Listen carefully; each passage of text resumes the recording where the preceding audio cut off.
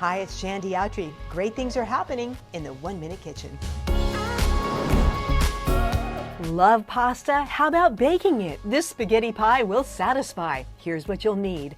A pound of spaghetti that you'll cook up and set aside. Then ground beef and pork, an onion, garlic, a jar of pasta sauce, and fresh parsley make a great meat sauce. Let that cool and set aside. And finally, combine Parmesan cheese, shredded mozzarella, ricotta, and eggs, and mix until smooth and creamy. Once you have all of your ingredients prepped, you simply pour them in a large bowl and mix together to combine.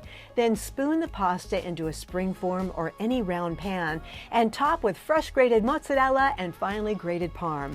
And now it's ready to bake up. 350 degrees for about 25 minutes or until the top is a golden bubbly brown. Let it cool for about 10 minutes so the pasta firms up.